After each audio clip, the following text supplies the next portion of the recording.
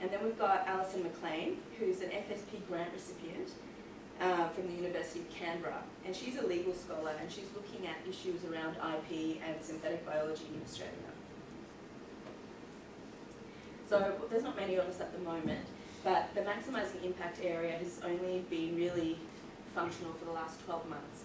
And so we do intend to scale out our capability.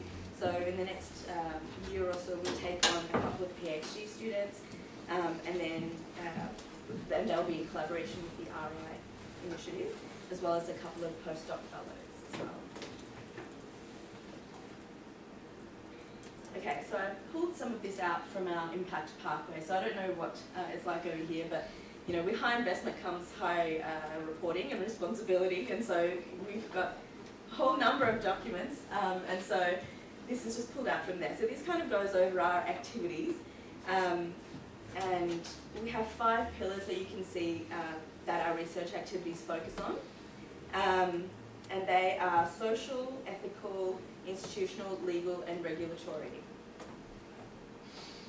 So our social research activities, for example, involve engaging with the general public at various levels, ranging from individual level analyses to group level considerations. This pillar incorporates our national baseline attitude survey, which examines various psychosocial factors associated with public perceptions of the technology, which I'll talk about a bit later. And it also includes our planned Indigenous engagement activities. Our link with the Responsible Innovation Initiative is expressed in our institutional pillar around policy and governance. And this is currently in the planning stages as we seek funding arrangements and establish the kind of work that we want to do in that space. So moving forward, our strategic investments will be aligned with those 5 pillars. So I'll move on and talk a bit about the various research activities that we are doing and we have been doing for the last year. Many are still in train, so I won't really talk about results so much as more the methodologies that we're kind of employing and some of the general preliminary findings. And also, given that these projects are still in train, I would ask that when you see the little photo with a cross over it, that you don't take photos, please. Aditi, if you point that microphone toward you, it actually does work if you're going to stand there. So. Thank you. Sure.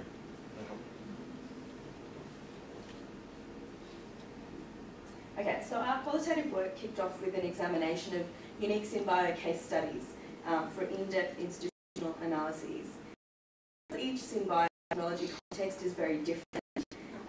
We were keen to do in-depth analysis to kind of get our bearings in the space. And so we wanted to conduct 3 case studies of 3 very different technologies. So far we've done 2, and we'll do a 3rd later this year. So we engaged in a process of first selecting cases as a team, defining the research problem, and co-developing protocols. The goal of this research was to examine institutional stakeholder preparedness to adopt very different SynBio applications. Our selected cases so far include cane toad control and phage or phage therapy, which I'll expand on in a second. So methodology included one-on-one interviews with diverse sector representatives and desktop analyses.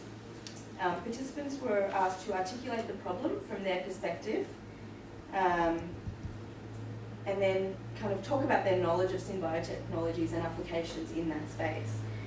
The perceived risks and benefits they anticipated and perceived barriers to impact. Analyses were conducted by examining within case data to form a theory of understanding for each case and a conceptual framework. So Lucy's predominantly been doing this work. She's kind of a qualitative expert and is often the interpreter for policy type language for us psychs who have no idea about that level of analysis. So this very attractive creature is a cane toad. And the cane toad is a significant non-native invasive pest in the Australian landscape. So cane toads were introduced to Australia in 1935 from Hawaii. as a classical biocontrol measure to control the cane beetle. So these beetles are native to Australia, but they are detrimental to our sugarcane crops, which is a major source of income for Australia. So cane toads were introduced to replace the use of pesticides like arsenic and copper. Unfortunately, the introduction of the cane toad caused significant ecological damage, and there was no real indication that it affected the cane beetle at all. So instead, what they found was this species just kind of overtaking the landscape. Cane toads have been responsible for the deaths of many Australian native species, and they poison pets and humans, because when they're handled or attacked, they release a fatal toxin. So current gene drive approaches to look at the cane toad have been considered around either making the cane toad non-toxic or a gene drive for single-sex expression to eventually eliminate the species. So in the case of cane toads, we found that the lens with which this problem is viewed is very different amongst the different stakeholders.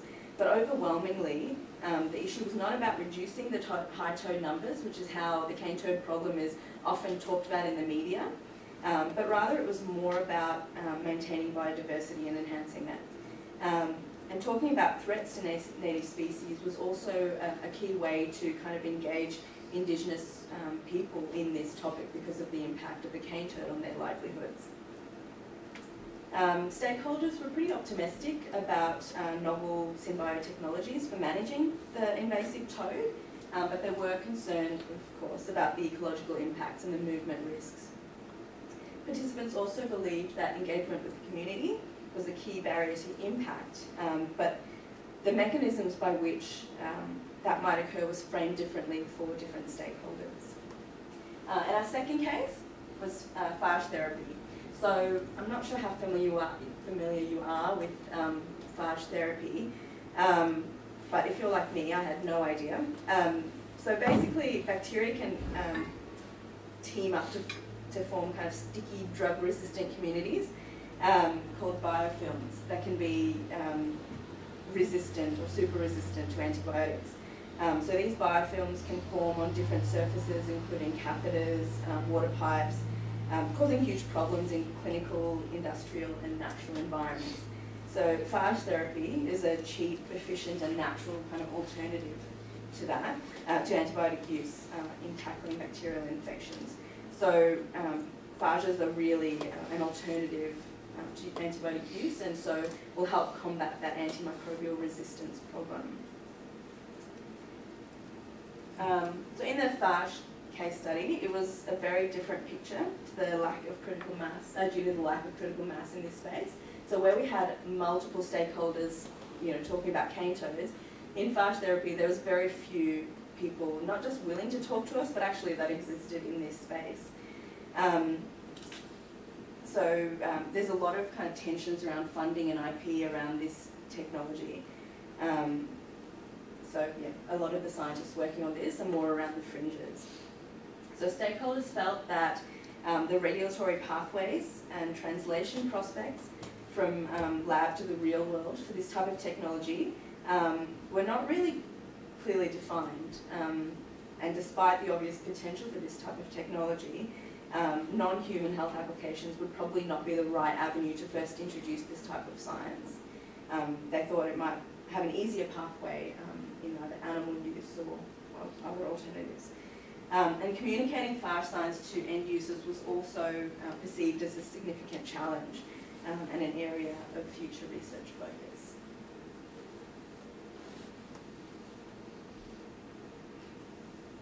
So other qualitative work that we've engaged in was mainly as a precursor to our national baseline attitude survey, and involved multiple public focus groups with members of the general public. So we often do that with survey research just to kind of ground truth some of our ideas a little bit, to see how people are talking about particular topics so that we can make sure that the survey is framed in the correct way and we're asking the right questions.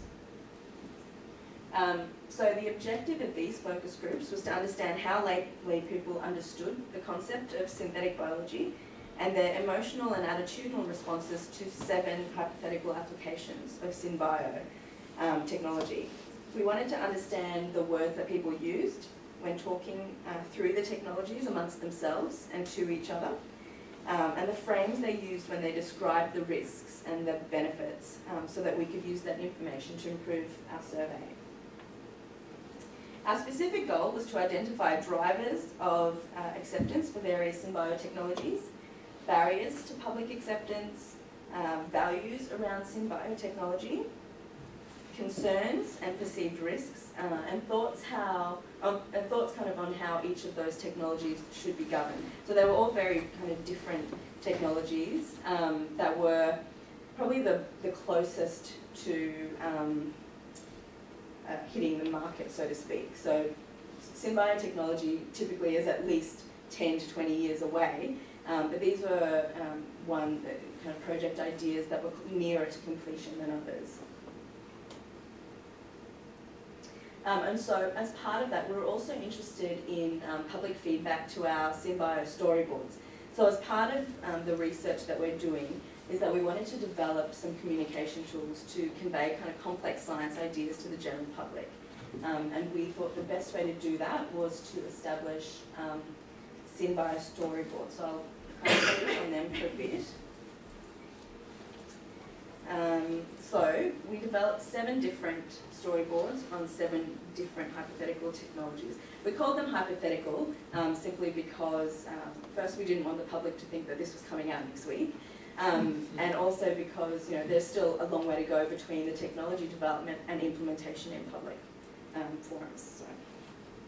So we had reducing mosquito-borne diseases, protecting endangered species, eliminating the culling of male chicks in the egg-laying industry, reducing pollution in waterways, managing invasive pests, restoring the Great Barrier Reef, and changing the properties of natural fibres. So I'll just talk you through one of these storyboards to give you an example of the content on changing the properties of natural fibres. So this research in particular is housed within the chemicals and fibres application domain. And so for the purposes of these storyboards, which were designed to be very public-facing documents and communication tools really for our research use, each one was framed as addressing an Australian or an international problem with a novel SynBio solution. So through our knowledge of kind of psychological framing and priming, we thought it best to present the technology in this way. So we wanted to allow individuals to consider the risks for themselves rather than present them with any types of, hypothetical risks that might occur. And we didn't really want to kind of talk about future-oriented technology as though it was a done deal and that this is what might happen, because by the time it comes out, it may not be relevant. So we really want people to think for themselves, based on their own attitudes and values, what do you see as potentially problematic with this technology?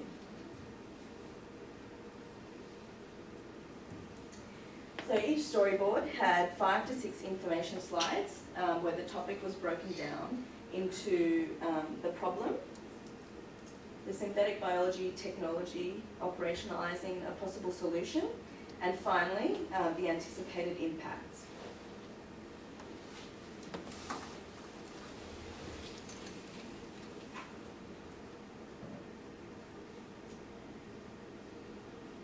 So the first slide was framing the problem. So we said many textiles are made in factories from petroleum products such as plastic. So we gave an example of the types of fibres that are derived from petroleum products. And we said while these materials are highly functional, they contribute to pollution. When they're washed or discarded, plastic fibres are released into the environment. Slide 2 was a possible alternative. So by comparison, natural fibres are completely biodegradable and come from renewable resources. So again, provided examples of what those fibres could be and the typical uses that we have for them.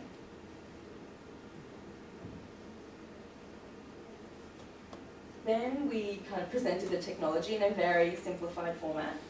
So with used synthetic biology technology, it would be possible to use DNA to give plants the ability to produce natural fibres with different properties. So we showed normal cotton and then kind of changed cotton.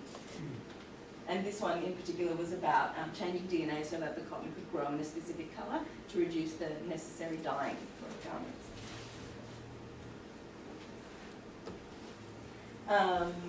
We also said consumers would then have the option of buying natural textiles with different properties, and we gave some examples of how the cotton could be changed.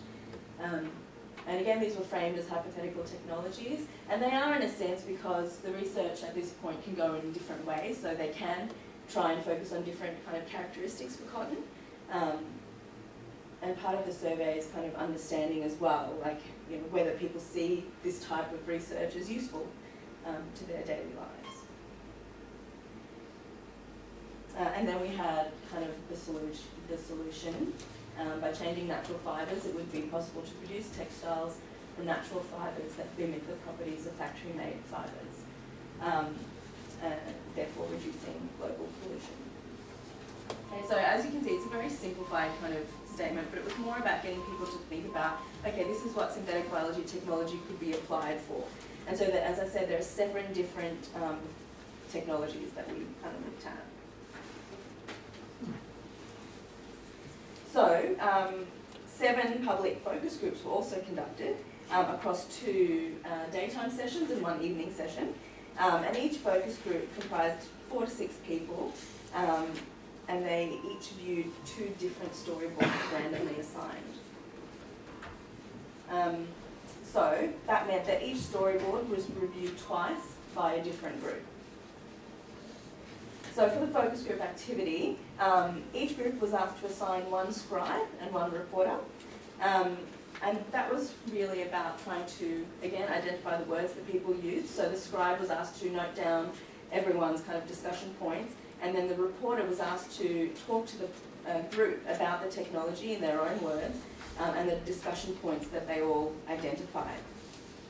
They were given about 25 minutes to discuss as a group the technology content, and then report back to everybody. So each session lasted about 2 hours.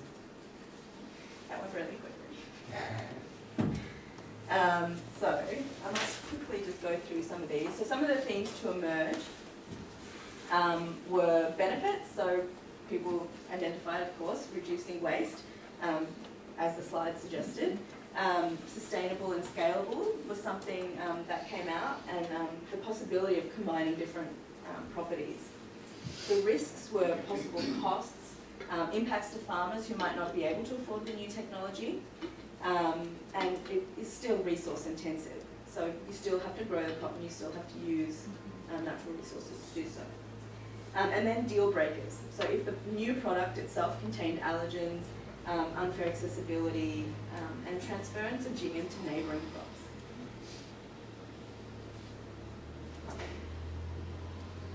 So these are kind of just summarises some of the key themes. So participants believed that some technologies could restore biodiversity, while others thought they could tackle pollution and waste. The dominant theme was, of course, a discussion about human health and safety, and this idea of dual use, whether the technology might be sold internationally and then we as Australians would lose access to that technology or control of it. And gaining a national economic benefit from these Australian technologies was really a strong thing that came through.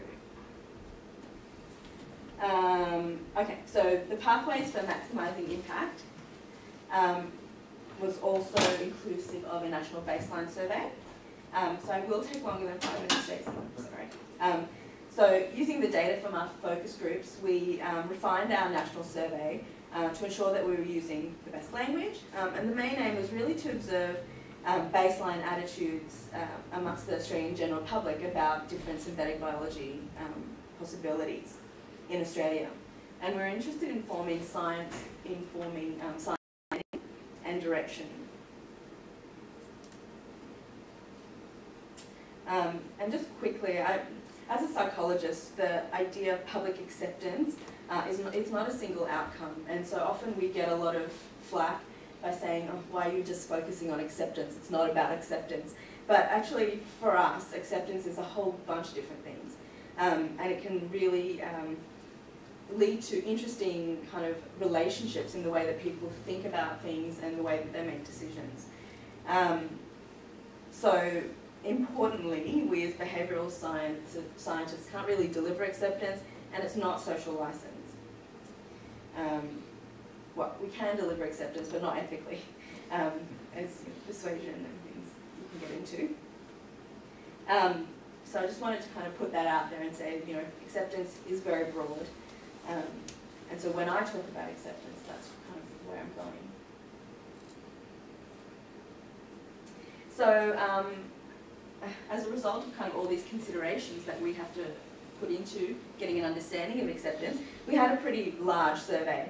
And there were various factors relating to acceptance, but broader constructs as well, such as values, ethics, and emotions more broadly. So the survey comprised a random sample of around 8,000 Australians. The participants were then randomly assigned to receive one of the 7 SynBio storyboards, which would form the reference point from which they responded to our survey. And then, as you can see, we performed 2 experiments to manipulate the various decision-making pathways.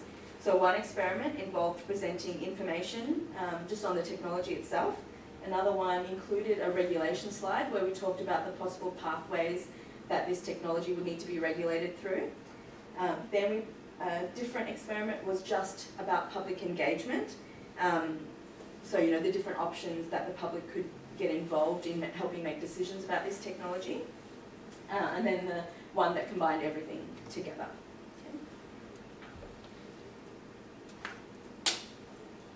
Okay. So the next steps really are to analyse the survey. So it closed in December, right before Christmas, well, a few weeks before Christmas. So there was no analysis happening after that time. But now this year we're focusing on that. As you know, because of the different technologies, each of the different application domains will have a stake in some of these results to help inform what they do, which I'll talk to you about as well. So in addition to the social and behavioural component of the maximising impact domain, we're also responsible or have a remit to kind of help improve the integration between the social and biophysical sciences. And so we're kind of doing that through engagements with the scientists themselves to help understand, you know, it's all very well to say, yes, social science should help inform the, you know, I guess biological science, but how does that actually happen and what would that look like?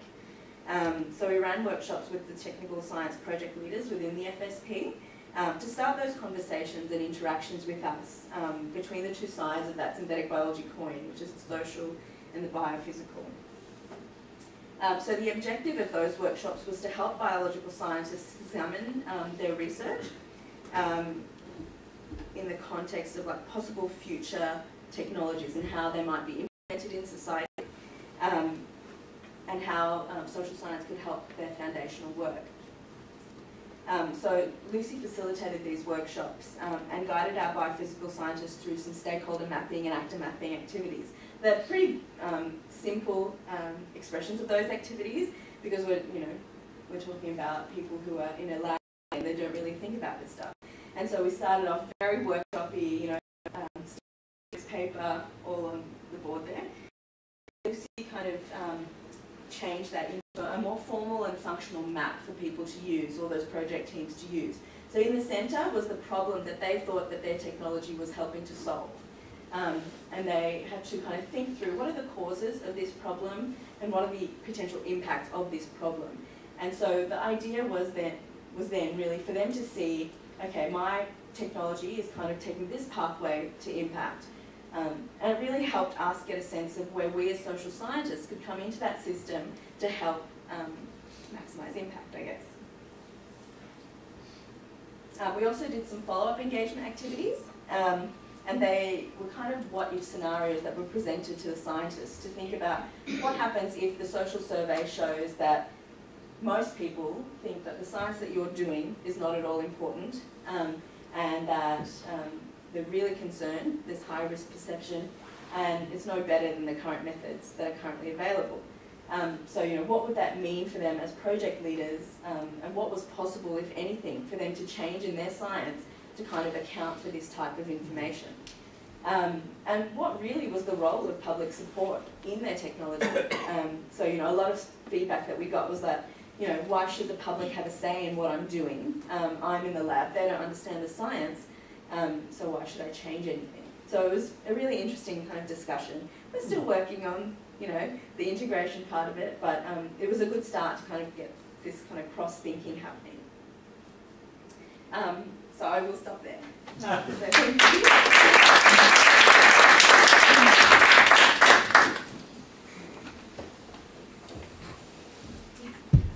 Could you tell us a little bit about how you populated your focus groups, because a lot seem to be writing on them as somehow representative of a national sample, you know, that their language would somehow resonate with those 8,000 people you later. So could you talk about how you think about things like class diversity, ethnic diversity, things like that? Yeah, sure. So I guess the samples were chosen based on Australian Bureau of Statistics kind of background, but also, as you know, with qualitative research, it's really hard to get a representative sample of anything. And so the idea was not really to target the representativeness, but more to see in the types of language that people are using, was there repetition, was there consistency in the framing of the problem? And that's why we ran so many of them. And so the idea was to find consistency, but where there were differences, to kind of explore that a little more within the group discussions.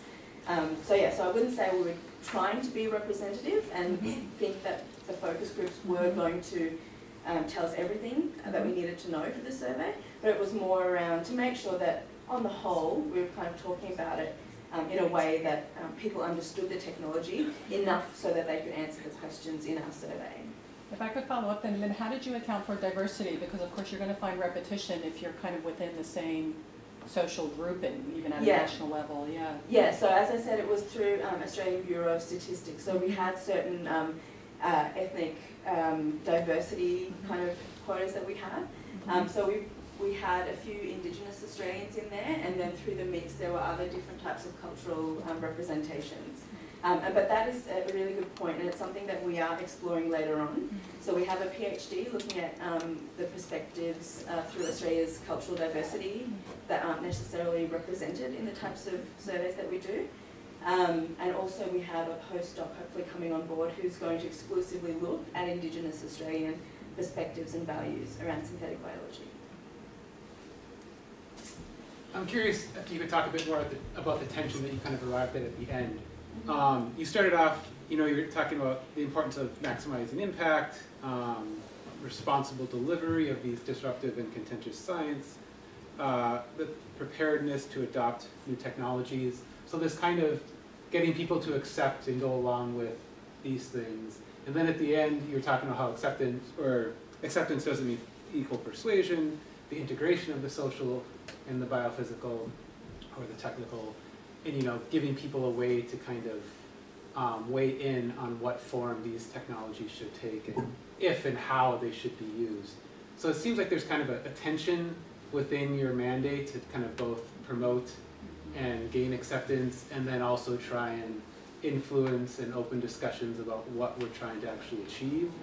And I found that really interesting. I wonder if you could just kind of do a bit more. That's a good pickup. I agree. It does. So the idea really is for maximizing impact as an application domain to start this national dialogue really around this technology. It's very new. People aren't very familiar with the concept of synthetic biology. So the idea really is to identify ways in which we can start discussions happening. So the idea of acceptance is not to deliver acceptance, it's more to understand the different drivers for decision making around acceptance or lack thereof. And so I think that there's always going to be this tension, I think, as you say, around making sure that we are not seen as promoting any types of technologies that SARA is working on, and we're very conscious of that.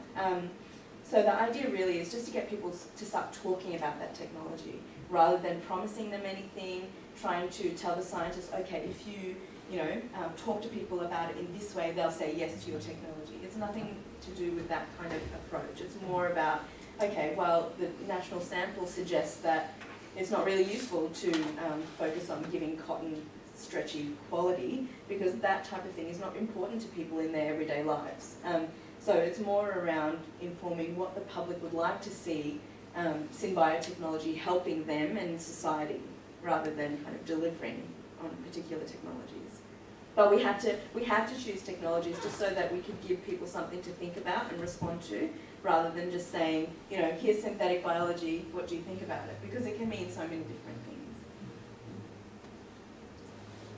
In the focus groups, you mentioned one thing I thought was kind of interesting about people being concerned that Australian inventions might be taken up by the world and Australia would lose control of them. Is that concern linked to a particular trend that you otherwise have seen? Is that, I don't think I've heard that exact type of concern about dual use in terms of, say, American biotech inventions. Yeah, I don't know how familiar it, or how common it is, but certainly it was a common theme in our focus groups, which suggests that, you know, people are obviously thinking about it, because every single focus group kind of came up with something like that, along the lines of another country taking it. Yeah, I'm not really sure. I think we'll get more information from our survey, because there is a component where people can kind of respond manually to certain questions, so it's not just quantitative. But yeah, it's interesting. I don't know if there's been other instances of technology going offshore and we've lost control, but certainly we have the brain drain problem like a lot of other countries, and so maybe it's around that. I'd like to actually pick up on that, because in North Carolina we have somewhat of a similar response. Right. We're trying to build this plant science initiative here, right, and throw a whole bunch of money into that. And some of the funding from that comes from local groups in North Carolina. And there's a really issue of how do you help North Carolina, because we're a state university, so it's not so much other countries, but other states and other countries. And in some sense, I think it's a really interesting insight that you're both talking about, because the technology itself has no boundaries in the sense of there's not you don't usually hear things that are made that are local. Yeah. You know, that only would be useful for a North Carolina farmer as opposed to the world. So I think the cotton example was a good one. Yeah, How do exactly. you restrict that? So I'm very interested. Yeah, and I should say CSIRO is publicly funded, so that also speaks to that. So although we have collaborations with other institutions or organisations, ultimately it's the taxpayer. And so CSIRO is really seen as Australia delivering on the science for Australians. Yeah. Interesting. Sorry, the storyboard. Oh yeah? Once you have the modified cotton that was then, I think, a natural fiber still. And then, sorry, was that? Yeah. So because, oh, I don't have to get it up, but yeah, it was. Yeah, it's interesting. I think that a couple of people in the focus groups may have touched on it, but I think the idea is that they modify the fibers. They can use a whole bunch of different kind of approaches to do that. And so in the survey, we're actually asking whether people have a preference about how those modifications are done, whether it's through the same species, the DNA, or whether it's okay for the public to kind of bring in like mollusk DNA into the cotton. So we will get a greater insight into whether that is something that people notice or not.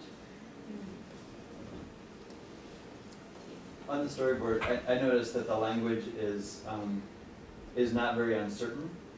So it's the assumption is that these things are going to work and that they're all possible. Yeah. And I wonder, is that consistent across the storyboards? How did your team decide how to communicate the uncertainty of whether these things were possible, economical, feasible, etc.? Yeah, so I think the idea was that for them to respond to something, like we kind of had to present it in a way that it was just a story about a particular technology. And up front we said it was hypothetical. So the language we've used is as a story, but we have at the outset kind of framed it as this is a possibility.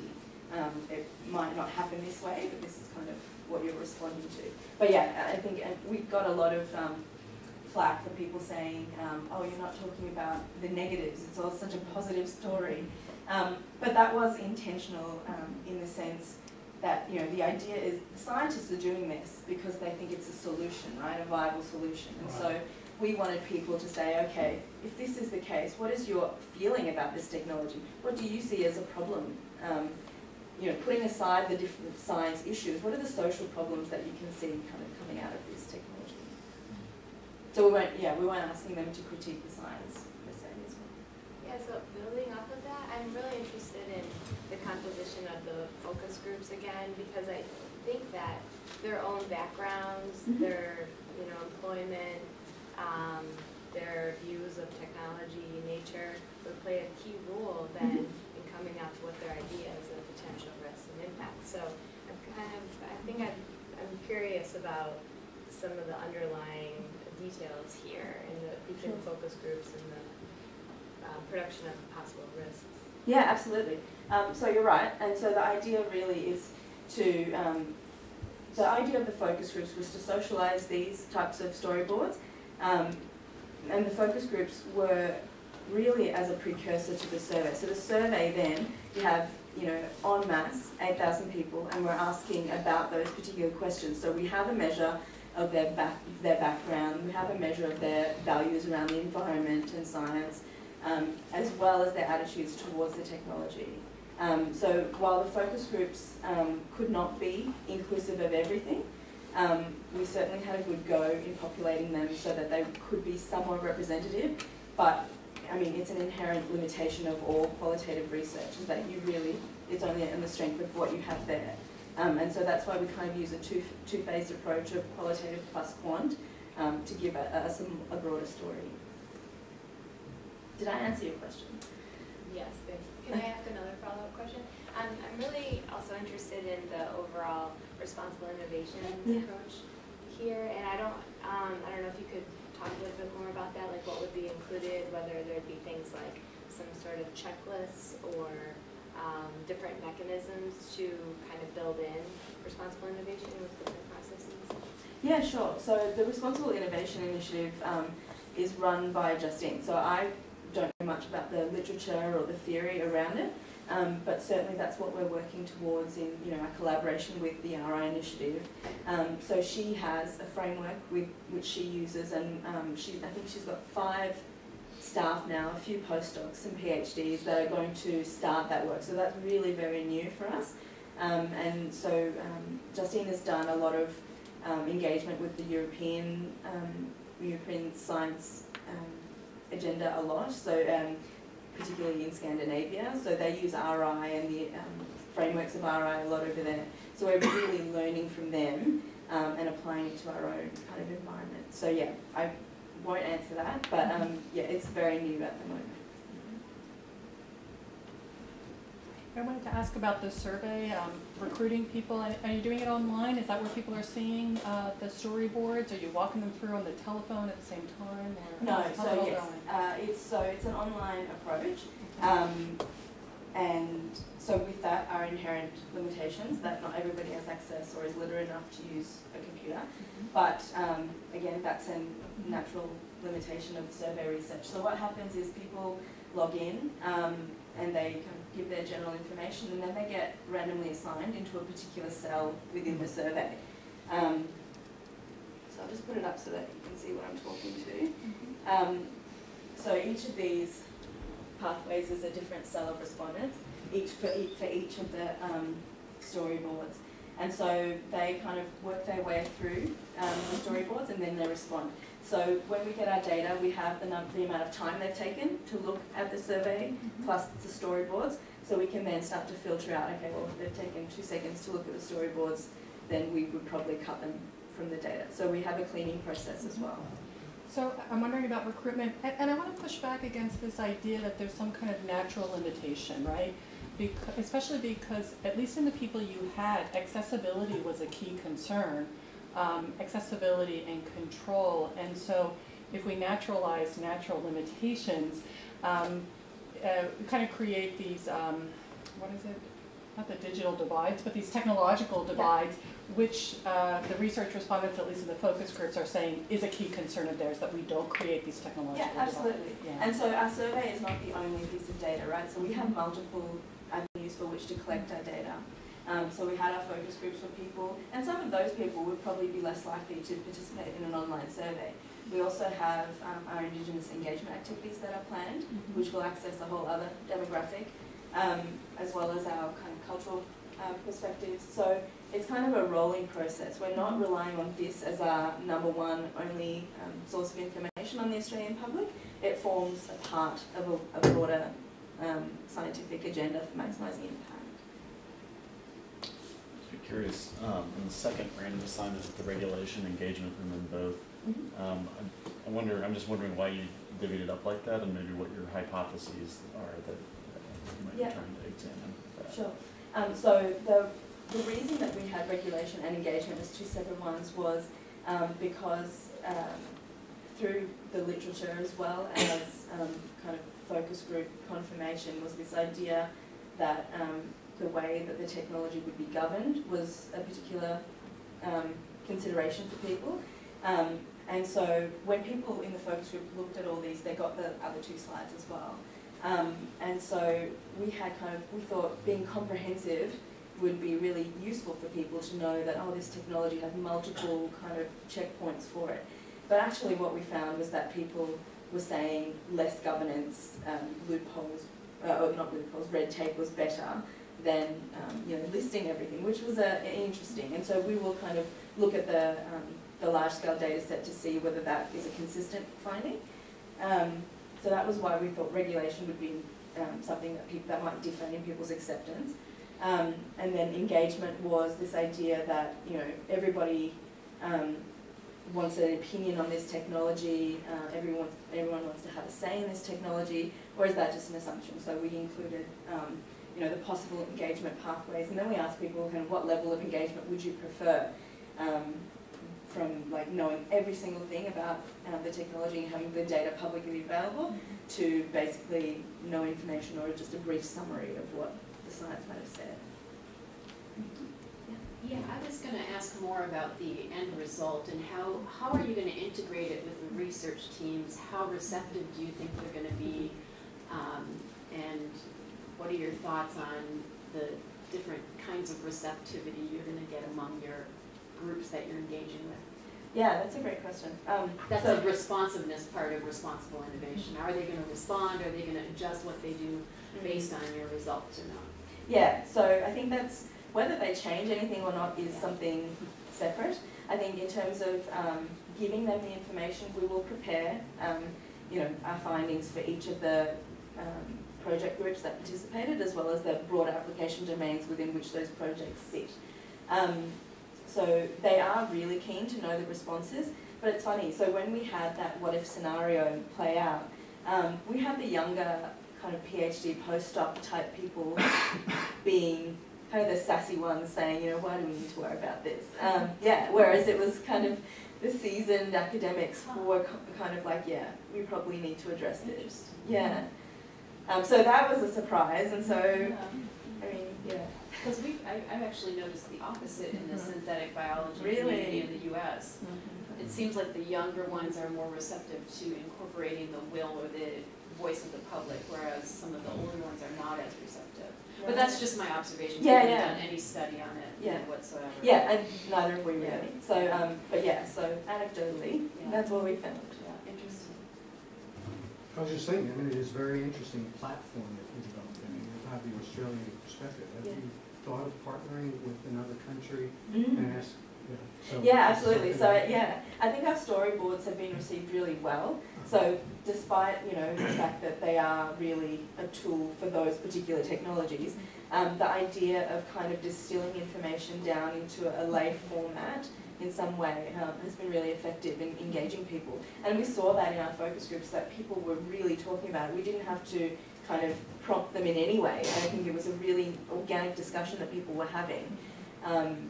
And so, I think it was really effective. You're right. And so it is something that because culturally it would also be interesting. I mean, I think we've seen that Australia has a specific national culture that's different from other countries. And I think some of the same storyboards are applicable.